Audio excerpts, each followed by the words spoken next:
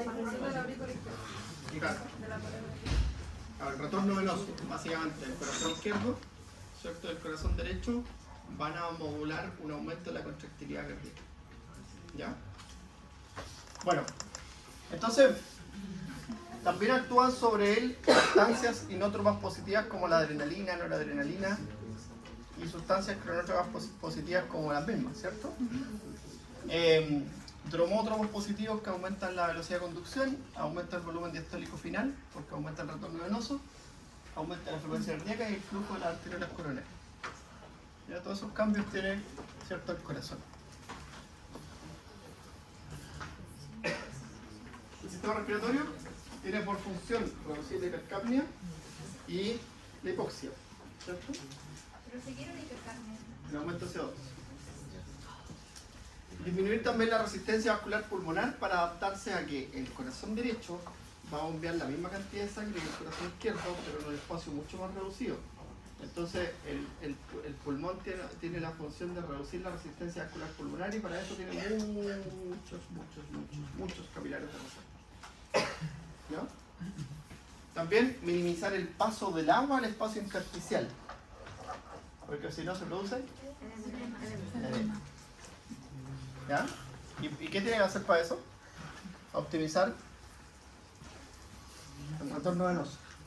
Tiene que estar óptimo el retorno venoso, sobre todo el retorno venoso del corazón izquierdo. Porque si el retorno venoso del corazón izquierdo se afecta, ¿qué va a ocurrir en un esfuerzo máximo? Pero aumenta la presión hidrostática capilar. ¿Ya?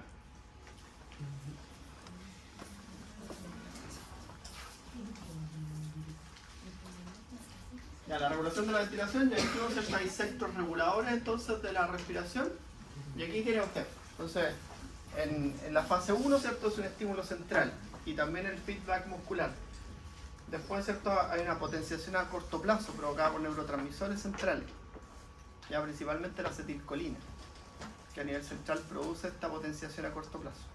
¿Se acuerdan cuando vimos la potenciación a corto plazo? Son neuronas que están aquí. Esa es la neurona principal que secreta un neurotransmisor. Y aquí hay neuronas que potencian. ¿Ya? Bueno, los cambios del potasio también son súper importantes, ¿ya? Porque van a regular esto. Inicialmente, ¿qué va a pasar con el potasio?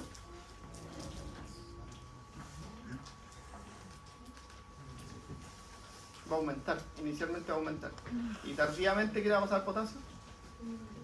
Disminuye. ¿Y por qué disminuye el potasio tardíamente en el esfuerzo?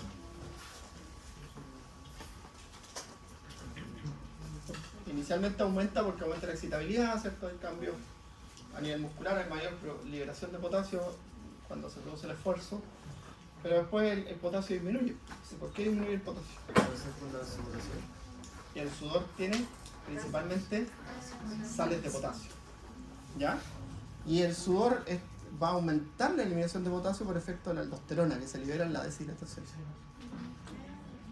Entonces, en las personas que hacen un esfuerzo máximo es fundamental controlar el potasio. Y los requerimientos de potasio durante el esfuerzo son, ¿te lo dije alguna vez? ¿Sí? De 25 a 35 miligramos por hora. De 20 a 40, algunos consideran que es óptimo. Es algo que no consideramos pues, cuando vamos ahí a subir el cerro, como el encuentro chistoso a veces. Sí, pues hace un esfuerzo supra máximo y después, pucha, con razón después tienen como intolerancia al ejercicio casi, porque la dalat su cerebro tiene eso, pues cuando lo pasaron mal. ¿Sí? Bueno, y los quimiorreceptores centrales que se activan, ¿ya? Después, ¿cierto? Los quimiorreceptores periféricos y en la temperatura también es importante, porque el sistema respiratorio también tiene la función de termorregular, ¿ya? Es súper importante la temperatura. Súper importante. Alguna vez me pasó algo así. Les cuento la historia porque no les pasé. Salí con un amigo que un capo de la bicicleta y yo me acuerdo que no sé, tenía cortavientos que segundo que había ahí. Y este me dice, ay, muy abrigado. Le dije, pero si hace frío, no, es que vamos a entrenar. Y Marco es muy mayor ya y sabe mucho. Y me dijo, ay, muy abrigado. Yo me quedé con mi, empecé a sudar así, porque el pedalea, así, tipo que pedalea 40-45 por hora promedio. Y empecé a sentir calor, empecé a sudar y quedé botado por allá por Taillén. Me tuvieron que buscar. Deshidratado, cortallentito mojadito entero. ¿Sí? Porque produce deshidratación, entonces no hay que abrigarse para hacer remote. Por eso existe esta ropa que es especial, ¿cierto? La bolerita dry fit y el chorcito dry fit lo más desabrigado posible. ¿Sí? Una vez fuimos a correr a Argentina y había unos tipos, los que campeones, era el campeonato mundial de carreras de montaña. Yo pagué por ir, no clasifiqué. Y estábamos ahí y yo miraba a mis amigos, pues todos con cortavientos, mochila, bof, gafas, toda la pinta, la calzada, 3/4. Y aparecen los tipos que vienen a correr el campeonato mundial.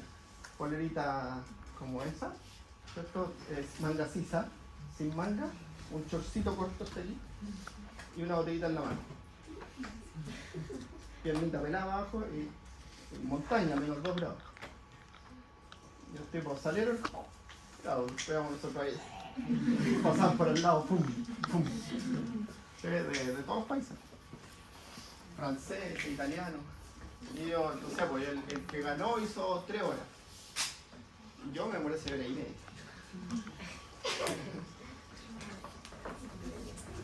Ya. Bueno. Miren aquí los cambios de la concentración de oxígeno según la altitud.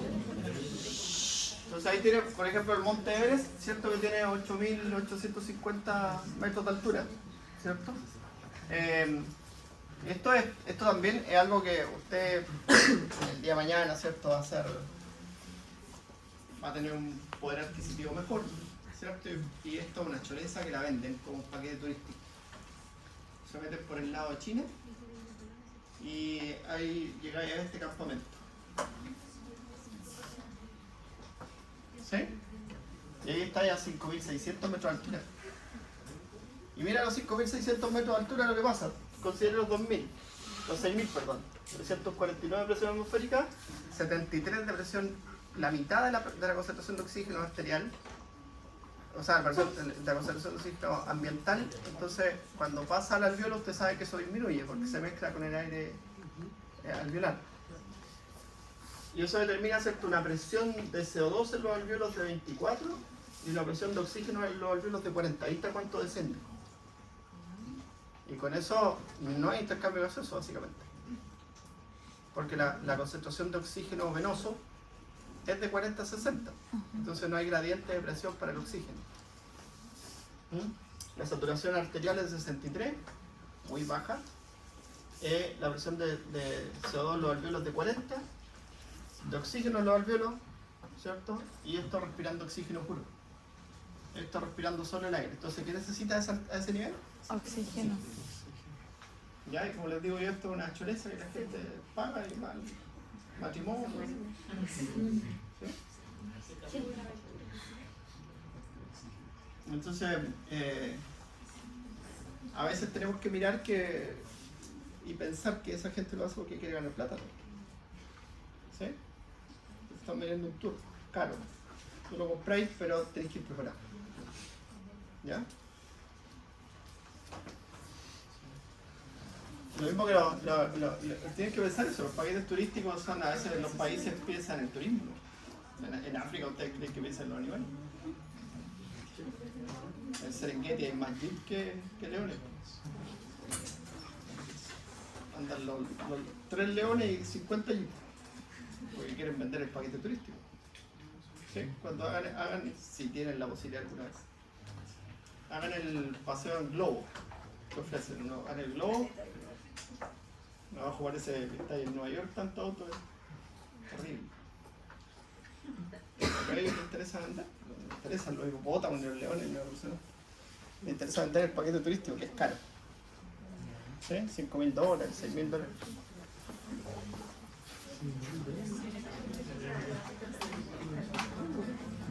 ¿Ah? Eso es mucho. Eso cuesta. 5 días en el seguimiento. Ya. Entonces, en la altura elevada, ¿qué puede pasar? Y esto es lo que tiene que saber, usted, porque esto es lo que tiene que pensar usted cuando usted le pide un consejo. Porque usted le van a pedir consejo. ¿Ya? Entonces, la altura elevada, baja presión de oxígeno, en la respuesta inmediata los cuerpos carotídeos responden con hiperventilación. ¿Ya? Para aumentar, ¿cierto?, el flujo de aire y para eliminar el CO2. ¿Sí? Y se produce una hiperventilación que te lleva a alcalosis respiratoria, más afinidad de la hemoglobina por el oxígeno, mayor carga de oxígeno en los pulmones, menor aporte de oxígeno a la periferia. Entonces, sensación de cansancio, mareo, de fatiga, ¿sí? Inmediata, esa es la respuesta inmediata. En días, ¿cierto?, empieza a aumentar el DPG, el difosfoglicerato de los eritrocitos, el metabolismo anaeróbico de los eritrocitos. Eso disminuye la afinidad de la hemoglobina por el oxígeno y aumenta la descarga de los oxígenos en los tejidos. Eso te ayuda un poco a regular. ¿Ya? Pero eso tiene el día.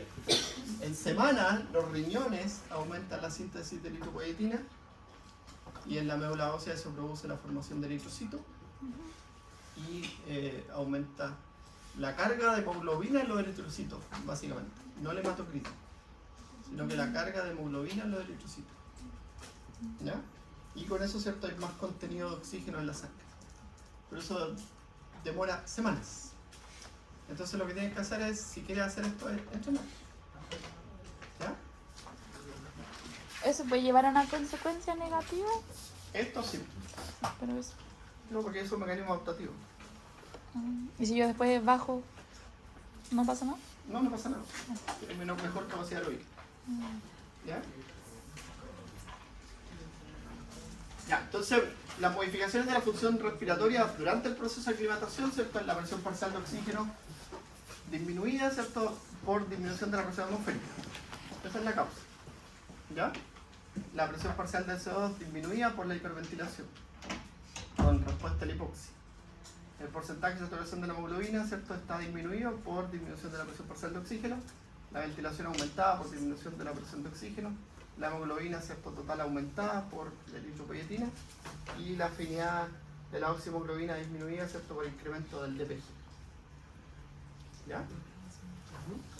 Ahí está clarito todos los procesos que van cambiando. ¿Profe? ¿Qué era el DPG?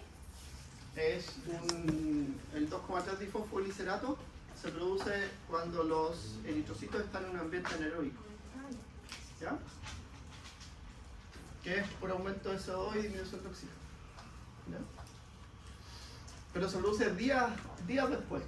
Por eso ahí está, cuando veíamos la curva que se desplazaba hacia la derecha, sale el DPG. Se desplaza la curva oxígeno-hemoglobina a la derecha, pero eso se produce días después de estar en un ambiente hipóxico. ¿Ya? Bueno, hay gran incremento de la ventilación pulmonar, aumento del número de eritrocitos, aumento de la capacidad de difusión pulmonar, aumento de la vascularización de los tejidos y aumento de la capacidad de las células para utilizar el oxígeno. Entonces, ahí está el fundamento de la terapia hipobárica. ¿Sí? La terapia hipobárica, que es el déficit de oxígeno. ¿Ya? Y la terapia hipobárica busca esto. La hiperbárica busca la compresión y la respuesta del cuerpo, ¿cierto?, a la descompresión, que es el aumento de la reacción. ¿Ya? La terapia hipobárica hace ¿Profe, qué buscaba la hiperbárica? la compresión.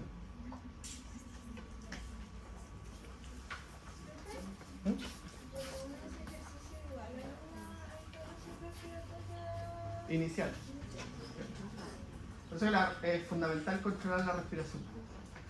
Es fundamental. ¿Sí?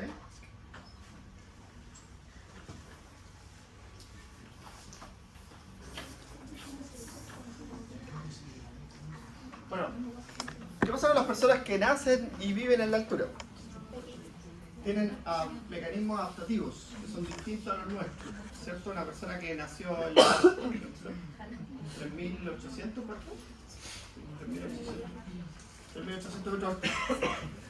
Ya, las personas que nacen en Himalaya, que son todos los que apoyan en estas excursiones, ¿sí? Bueno, el tamaño del tórax es mayor. Cambio antropométrico. Entonces el tamaño del tórax es mayor. Entonces eso le permite, ¿cierto?, captar una mayor cantidad de flujo de aire. Más flujo, más tasa de extracción. ¿De qué? De oxígeno. Hay un elevado cociente de la capacidad de ventilación respecto a la masa corporal. Es como el cociente respiratorio está entre 0,9 y 1 siempre. ¿Ya? El de nosotros siempre está en 0,8. ¿Qué era el cociente respiratorio?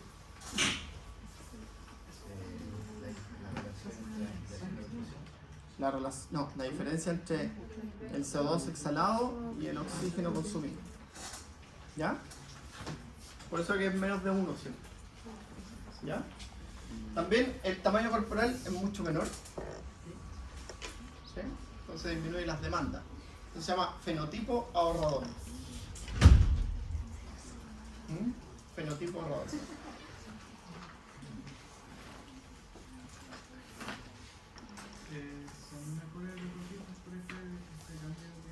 No necesariamente. O sea, depende del deporte. Y los deportes normalmente son tienen que ver como con la cultura del país, el deporte más popular. O sea, podrían ser mejores deportistas, no sé, en algunas levantamiento de pesas, ¿sí? Pero no es un deporte muy popular. ¿No? Cuéntame. ¿Cómo? Tienen mejor adaptación al esfuerzo, nada más. ¿Ya? Entonces una persona nativa de lugares de altura al descender como al nivel del mar sería como similar a una persona que vive al nivel del mar pero con mejor capacidad de vida. Como un deportista a nivel del mar, una persona nativa. Claro.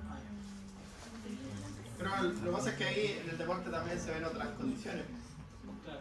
Sí, porque Bolivia no es la mejor selección de fútbol.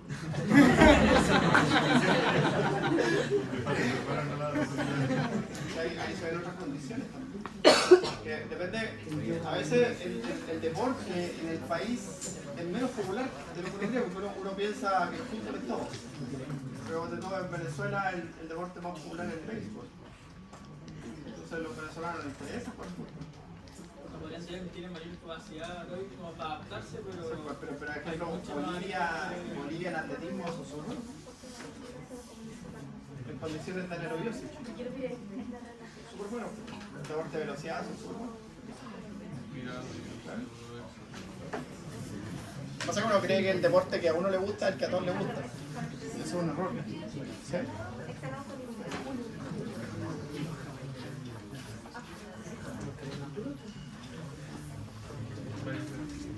Ya. Entonces miren las diferencias de la cantidad de oxígeno en la sangre versus la presión de oxígeno en la sangre. Que esto es el volumen, ¿cierto? El porcentaje que es la carga de oxígeno versus la presión parcial de oxígeno. Entonces mira, a una misma presión parcial de oxígeno, la carga de oxígeno de las personas que viven en las montañas es mucho mayor porque tienen más hemoglobina que los eritrocitos. Entonces son capaces de transportar un mayor volumen de oxígeno a una misma presión parcial de oxígeno. Eso dice el gráfico, ¿cierto? Profe, ¿lo puedes explicar de nuevo, por favor? Ya, mira, lo que está mostrando acá es la presión parcial de oxígeno. ¿Sí? Y esto muestra la cantidad de oxígeno en la sangre. ¿Cierto? Que son ml por... concentración de oxígeno por 100 ml. Creo que es volumen por ciento. ¿Sí? Entonces, si tú miras ahora mismo a 100, por ejemplo, si tú trazas una línea acá de los habitantes que viven a nivel del mar, ¿cierto? Los valores arteriales de sangre son menores que los valores de las personas que viven a la altura. Que de hecho están aquí, a 100. ¿Ya? Ahora, los valores venosos son más bien similares. Y eso genera una mayor diferencia arteriovenosa de oxígeno y además como tienen un aumento del gasto cardíaco, ¿cierto? Su consumo de oxígeno tiende a ser mayor. ¿Y es mayor el intercambio? Sí, la tasa de extracción del oxígeno es mucho más eficiente. ¿Ya? Tiene mayor consumo de oxígeno los que viven en la altura. Claro. Mayor consumo de oxígeno basal. Porque tienen más diferencia arteriovenosa de oxígeno y su gasto cardíaco es mayor. Pero no tenían el fenotipo de Pero son más pequeños, ¿no? ya. El fenotipo ahorrador, el genotipo y el fenotipo ahorrador hace que las personas sean más pequeñas y acumulen más grasa. Y eso es fuente energética. La grasa es una fuente energética importantísima. ¿Ya? Profe, ¿y eso se puede asociar a como que las personas que habiten en las montañas tengan alguna predisposición a patología? Algo así, al tener mayor Tienen, desde el punto de vista inmunológico, mayor resistencia a ciertas enfermedades. ¿Ya? Pero también son capaces de desarrollar más cardiopatías. por el aumento de la demanda. Claro. ¿Ya? Pero eso es como el antecedente fisiopatológico. En este caso, las personas en la montaña tendrían mayor gasto cardíaco. ¿Sí? Más gasto cardíaco. Mira, esta es la capacidad de trabajo como porcentaje de suelo normal en los no aclimatados, un 50%. En las personas aclimatadas durante 2 meses, un 68%. Los nativos que viven a 4.000 metros de altura, pero que trabajan a 5.100, un 87%. O sea, se adaptan mucho mejor a una situación. ¿Ya? Y eso lo escuchábamos nosotros cuando van los de la selección chilena a jugar en las noticias, dicen que fueron a aclimatarse. Cuando hacen esas 2 horas de fútbol en las noticias, ¿sí? Lo escucho. A mí me gusta el fútbol, pero me aburre tanto que poder que tienen los deportistas y dijo algo Vidal y todo el mundo. Yo creo que hay que ir a jugar a pelota nomás. Cuando salen de la canchita quizás ir para su casa. Ya. Hipoxia. Hipoxia. Entonces, hipoxia es disminución del oxígeno, ¿dónde? Tejido. Eso, muy bien. Ya. Entonces, normalmente es consecuencia de disminución de la presión de oxígeno y aumento de la presión de CO2. ¿Ya? Eso produce, mira. La hipercapnia produce esto. ¿Ya? Entonces, produce vasodilatación cerebral. Y favorece el riesgo de aumento de presión intracraniana y el riesgo de producir hemorragia retinal. ¿Y aneurisma también? También, pues si tienes predisposición, sí. ¿Sí? Entonces, eso es mucho cuidado. Por ejemplo, la persona que sufre de jaqueca, le dan más jaqueca. Partiendo de lo básico, si tiene riesgo de lesión cerebral o ha tenido antecedentes de accidente cerebrovascular, hay que cuidarse mucho más. Esas cosas uno no piensa cuando quiere hacer algo así como ir a subir una montaña, ¿sabes? No lo piensa. Pero la accidentabilidad en deportes de riesgo ha aumentado en un 300% en los últimos años. Y todo el mundo va, sube la montaña. ¿Sí? Van al Parque Nacional y son avesados, en realidad. A veces por la foto ponen en riesgo la vida. Y eso ustedes tienen que prevenirlo. Tienen que difundirlo y prevenirlo. Todos los años escuchamos gente que se murió. En Santiago más, porque en Santiago está la cordillera al lado. Entonces hay cerros que son el Cerro El Plomo. Son enormes. Pues llegáis arriba a los 3.600, 3.700 y por un sendero caminando. Bueno, esto produce vasodilatación, menor excreción de sodio, retención de sodio, ¿cierto? El ejercicio aumenta la aldosterona y produce retención de sodio, y también retención de sodio directa que produce aumento de retención de líquidos, ¿cierto? Y también sale líquidos del intraelectrocelular y eso produce una disminución de la función celular. Por eso es que te pones más lento y te sientes cansado, porque se disminuye la función celular. Aumenta el líquido extracelular. Hay dilución de las proteínas plasmáticas, lo que hace es disminuir la presión osmótica. Hay aumento de la presión intracraniana ¿cierto? Que eso que lo mismo, eso produce el síndrome del mal de alturas, ¿cierto? El mal de las montañas, que es cefalea, vómitos, náuseas, y también, ¿cierto?, la posibilidad de desarrollar un edema cerebral. Perfecto. Entonces, en caso de hipoxia, igual disminuiría la concentración de potasio. Sí. Y eso produce calambre y problemas musculares. Espasticidad muscular produce eso. También puede producir sordera. Aumentan los tinnitus, que son los zumbidos. Porque el oído tiene... Es diferente en el oído, las células del oído. Todavía no tenemos oído en neuroanatomía. ¿Me quedan clase entonces? El oído se da una relación inversa. Fuera de la célula hay más potasio que dentro de la célula. Entonces cuando la célula se excita, entra el potasio. Y si hay un desbalance del potasio, se apagan esas células. Y el oído genera un zumbido, que es la vía eferente del oído. Y nosotros lo tenemos. Todos tenemos una vía eferente del oído. El oído frente a los sonidos genera un sonido como respuesta, que se llama vía eferente. Y que a veces ese sonido es evidente cuando tenemos ¿sí? El pitito del oído que le dicen. Tinnitus. ¿Ya? Y está siempre. Ustedes me están escuchando y su oído está generando una vía eferente. Entonces a los niños cuando nacen hacen el examen óptico, ¿cierto? Que le ponen un micrófono chiquitito que emite sonido y lee esa respuesta. Y le dicen, el niño no es sordo. O si el niño tiene hipoacusia. Y eso te lo detectan al día que nace, al día siguiente creo que le hacen esas pruebas. ¿Ya? Bueno. Ya, estos síntomas son complejos. Igual en el calor. Igual cuando están en calor, ¿cierto? Dolor de cabeza y náuseas. Náuseas con ganas de vomitar. Es muy peligroso. Si le pasa eso, siéntese o empiece a bajar. Yo tengo una consulta con respecto a, ¿es posible que a las personas que tengan tendencia a generar una cardiopatía, que sean hipertensas o así, el ir a vivir a nivel del mar, reduzca esta probabilidad de generar una cardiopatía? Sí, de hecho lo hacen como recomendación. ¿Por qué? Con las enfermedades respiratorias, las enfermedades cardiovasculares, lo hacen como recomendación que vivan a nivel del mar y también porque el aire es más puro. Pero básicamente por eso, porque minimizan el esfuerzo.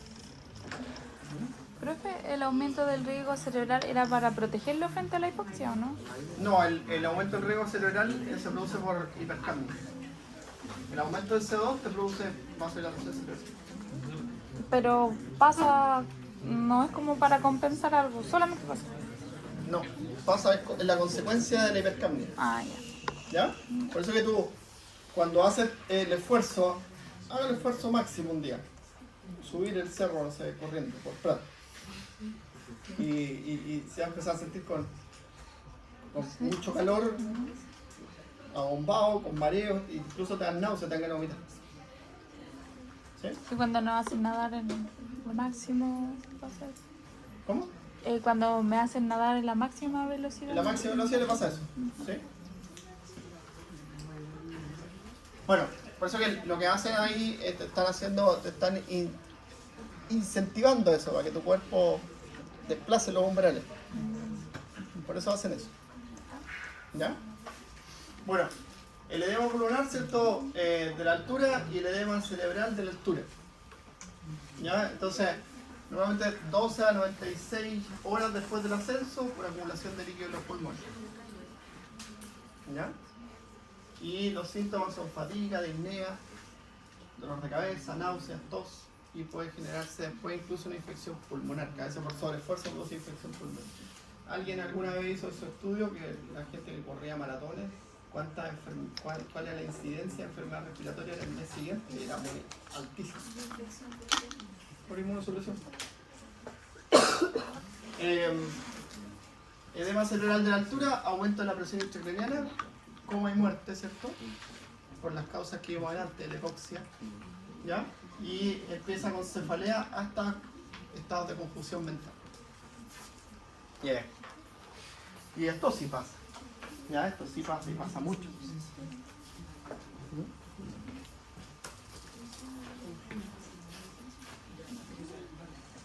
Ya, el consumo de oxígeno máximo entonces es la diferencia arteriovenosa de oxígeno multiplicado por el gasto cardíaco. ¿Ya? Y esto es lo que hay que estimar, y se estima a través de ese aparatito, ¿cierto? Que es un... toma el aire expirado. Ese es súper bueno. Ese es el Cortex que están viendo ustedes ahí, que tiene todo ese aparataje, ¿cierto? Que es bien raro. Y es una máscara que está aquí. ¿Sí? Ahora, la gente que normalmente uno le hace esto te dice, no, que no son súper competitivos. Te dicen, no, que me molestó la máscara. Si no hubiese tenido la máscara, digo, pero es que todos están en la misma condición. Todos usan la misma máscara. Así que si no le molesta la máscara, bueno, problema suyo. ¿Sí? Entonces, y esa es mejor porque esa va un aparato, un protector bucal, es como un protector bucal. Eso que usan los boxeadores, que va en los dientes. Y ahí tú te pones, y ahí tú respiras solo por ahí. ¿Ya? Y ahí están midiendo el consumo de oxígeno máximo. Entonces tú ves el consumo de oxígeno máximo, ¿cierto? De 55 ml, que es muy bueno. ¿Ya? Y aquí está la velocidad de carrera. Esto es con velocidad de carrera, esto es con potencia. ¿Pero es de oxígeno puro? No, pues si usted está respirando. No le estamos dando nada. Lo que estamos haciendo es recopilando el aire inspirado. Entonces, por este lado normalmente entra aire y por ahí sale. Y la máquina lo que hace tiene unos sensores de oxígeno que captan oxígeno y CO2. Entonces, cuánto está tomando de oxígeno y cuánto está eliminando de CO2 y saca el cociente respiratorio. ¿Se respira con la boca? ¿Sí? Y se toca la nariz. ¿Ah? ¿Se hincha? ¿Cómo? Ah, pero no, porque tiene la respiración controlada. Pero la prueba tiene toda su técnica, porque se hace una fase previa, que son 10 minutos de solo adaptarte al equipo. Entonces te pones en la máquina y te sientas a respirar hasta que te adaptaste. Y después te sube y te hacen 3 minutos de esfuerzo mínimo y te hacen parar y después inicia la prueba. Se demora como 1 hora, 1 hora y media por persona. Es bien largo. Ya. Ahora el equipo hay muchos, pero el mejor y en el tiempo siempre hay uno que es mejor, ¿cierto? Es Cortex. Es un equipo que tiene un costo elevadísimo. ¿Sí? Y hay otros que son más baratos, pero no son buenos. ¿Ya? Bueno, con eso se estima el consumo de oxígeno máximo. En la prueba de esfuerzo se hace esto. Y los relojitos estos que miden el pulso te lo estiman nada más. No te lo están midiendo. ¿Ya? Hay unas tablas que comparan. Usted puede hacer el test de Cooper. 12 minutos corriendo en una misma distancia conocida, ¿cierto? Y después comparan la tablita cuánto es su consumo de oxígeno. ¿Ya? Y con eso tiene un máximo.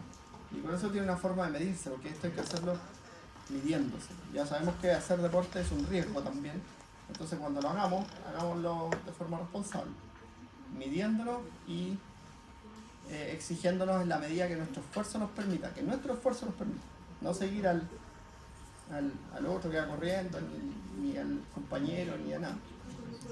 ¿Ya? Siempre hay uno que te gana, así que está lo mismo.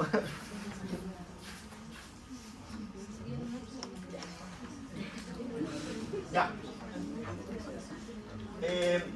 Mira, el umbral anaeróbico está acá. Eso es distinto. El consumo de oxígeno máximo es distinto al umbral anaeróbico, porque en el umbral anaeróbico, ¿cierto? Es cuando pasa de una respiración de un metabolismo aeróbico a un metabolismo anaeróbico. O sea, cuando el cociente respiratorio pasa de 1. Porque siempre cuando el cociente respiratorio está bajo 1, está en una situación aeróbica. Entonces, por ejemplo, tú tienes a los deportistas en la bicicleta, como ella, ¿cierto? En la bicicleta, y tú le aumentas la carga, y el 0,8 se mantiene así. 0,8, 0,9, después cada 0,8. Normalmente se mantiene mucho rato así. ¿sí? En los esfuerzos máximos, aquí hay un esfuerzo máximo, 15 kilómetros por hora, 16 kilómetros, aquí es 4 minutos al kilómetro. Ya, eso es muy rápido. Y de ahí para arriba es mucho. ¿Sí? Las trotadoras, una trotadora barata llega a 18 kilómetros por hora porque nadie corre a más de 18 kilómetros por hora. Las trotadoras profesionales llegan a 25 kilómetros por hora porque ahí uno cuando evalúa deportistas a veces hay gente que corre eso. ¿Ya? 25 kilómetros por hora es mucho.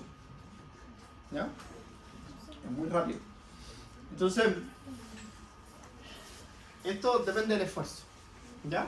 Pero cuando pasan ese umbral, normalmente se mantienen por un tiempo corto, porque la condición anaeróbica, normalmente después de pasar el umbral, hacen 2-3 estaciones más. O sea, antes del umbral hacen 10-15 estaciones de 5 minutos y a los 5 minutos se aumenta la velocidad. Y a veces se aumenta la velocidad y la inclinación. Entonces la trotadora termina así. Pero cuando pasan de uno, normalmente uno tiene que estar ahí atento porque ese individuo se fatigó o se va a fatigar rápido. Normalmente hacen 1, 2, hasta 3 estaciones después de pasar el cociente respiratorio de uno. Por eso el cociente respiratorio es súper importante, un parámetro que mide una condición de anaerobiosis. Si usted tiene un paciente, por ejemplo, con una neumonía, con un cociente respiratorio sobre 1, ya el oxígeno. ¿Ya? Porque está en una condición anaeróbica absoluta. Pero si pasa de 1, significa que el CO2 es el que está Sobre la producción de CO2 está sobre el consumo de oxígeno. Entonces, ¿cómo o sea, es que va aumentando más rápido de lo que va aumentando el oxígeno? Está produciendo más CO2 que lo que puede consumir de oxígeno. Y en un momento se rompe y pasa de 1 y ahí entra la zona de fatiga. ¿Ya? A veces hay deportes, por ejemplo, como el atletismo de velocidad, que tú quieres ver cómo se comporta en la condición anaeróbica. Entonces normalmente lo haces como calentar, elongar y empiezas con una velocidad rápida, para que se fatigue rápido. Porque tú quieres ver cómo se comporta en la fatiga. O sea, un tipo que corre a 20 km por hora en la pista y lo haces, o 22 km por hora en la pista, lo haces correr a 10 km por hora, como que caminar en la casa. ¿Sí? A 1 o 10 km por hora.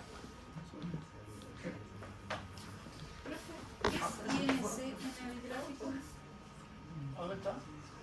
Que cuando se mantienen los 16 kilómetros por hora. Ah, inclinación. Le cambian la inclinación. Aquí le van aumentando la inclinación del 2%, del 3%, del 4%. Pero normalmente algunos los mantienen a una velocidad para proteger al atleta. Te mantienen a la velocidad y te empiezan a aumentar la inclinación. Que eso es súper bueno. ¿Sí? Cuando vayan al gimnasio, hagan eso. Sube la inclinación. Bueno, entonces con esto tú puedes estimar de la velocidad aeróbica máxima, ¿cierto? Tú puedes estimar el porcentaje de esfuerzo. Y normalmente los relojitos, no era Garmin, ¿cómo se llama esa marca? Polar. Era una marca de relojes antigua, no sé si todavía existe, yo creo que sí, es famoso. Lo que te hace, ¿cierto?, es que los divide con letritas. Normalmente van hoy día la que más se usa es de R. R1, R2, R3, R4, R5, R6. ¿Ya? Y eso está dando el porcentaje de esfuerzo. ¿Ya? Entonces cuando las personas que entrenan respecto al porcentaje de esfuerzo. Entonces a ti te dicen, va a salir hoy día a caminar al 60% de su esfuerzo máximo. Y eso es prescripción correcta del deporte. No decirle a la gente, haga deporte. No sé, métete a hacer zumba, chaval. Eso no es prescripción. ¿Ah? Con un test de esfuerzo. Le pido un test de esfuerzo. Y el test de esfuerzo es barato, lo hacen en todos lados. Y tú con eso puedes prescribir correctamente el ejercicio. ¿Ya? Ahora, sirve para cuando estamos súper entrenados, porque el que está súper entrenado normalmente tú vas a ir desplazando esto. Entonces, lo sometemos a un plan de entrenamiento, ¿cierto? Y empieza a correr a 4 minutos el kilómetro, a 3 minutos y medio el kilómetro, a 3 minutos el kilómetro, y se va mejorando. Pero al que no está entrenado, tú lo que vas a lograr es que esa persona no se aburra del deporte y lo tome como que sea, el deporte sea un proceso progresivo, sea atractivo y lo haga sentir mejor. Porque si yo mando a una persona que nunca hace deporte a hacer una clase de zumba, que no tiene no tenga nada contra el zumba, que no tenga ni un control en el cual su esfuerzo sea todo el tiempo desde que inició la clase máximo, esa persona va a estar con dolores musculares 3, 4, 5 días y no va a querer hacer malo. Entonces, la prescripción correcta del deporte es súper buena. Yo sé hablar como eso. Mi hermana, que la quiero mucho, es mi hermana, me dice quiero caminar porque estoy roja. Sí, le digo, ¿estáis bien? Ya, entonces le paso un reloj. Le digo, ya, vaya a caminar, pero si el reloj lo programa, yo conozco estos relojes. Entonces, si el reloj empieza a vibrar, camináis más despacito. Y está feliz. Entonces va caminando todos los días para todo. Y me hizo, y ha mejorado su condición, está feliz. Sí, yo lo noté porque la vi otro día, se arregló el pelo. ¿No tendrá otro reloj? Se siente mejor. ¿Ah? ¿No tendrá otro reloj? No, ya. ¿Qué me va a preguntar, Diego? Sí, que para una persona que, por ejemplo, empieza recién con esto del ejercicio y 60 de esfuerzo, ¿cuánto sería recomendable volver a tomar otros de esfuerzo para ir modificando el... Si es regular, normalmente se hacen las mediciones una vez. Sí, cada 3 meses, que pasa. ¿Ah? Sí. Ahí se total 12 minutos, un de cubo.